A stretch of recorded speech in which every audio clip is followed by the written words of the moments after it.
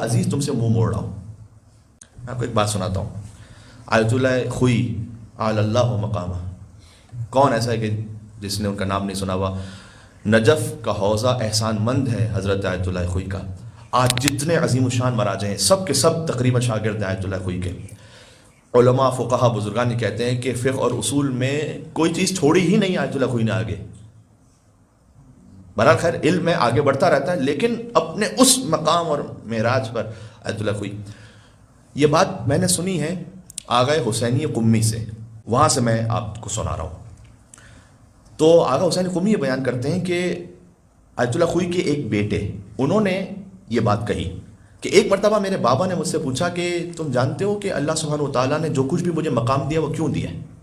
کہا بابا واضح ہے کہ اللہ تعالیٰ نے ایک توفیق دیا، آپ نے اس میں اتنی محنت کی، زحمت اٹھائی تو اس مقام کا نا.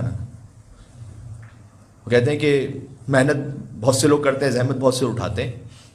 میں یہ سمجھتا ہوں اس وجہ سے نہیں ہے مقام، یہ برکتیں ہوتا ہے. آپ کو محنت کرنی ہے، آپ نے ایفرٹ تو کرنی ہے، لیکن یہ اللہ کی جانب سے چھوٹے چھوٹے سے کام میں اتنی بڑی بڑی برکتیں عطا ہو جاتی ہیں. یہ اس وجہ سے نہیں خالی.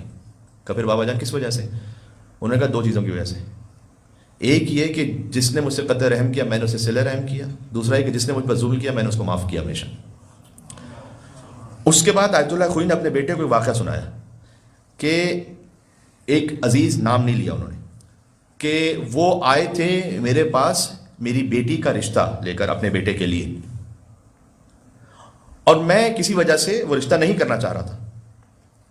تو میں نے ان سے معذرت کر لی، حق ہے، باپ تھے وہ ولی. اس وجہ سے وہ بہت شدید ناراض ہو گئے مجھ سے.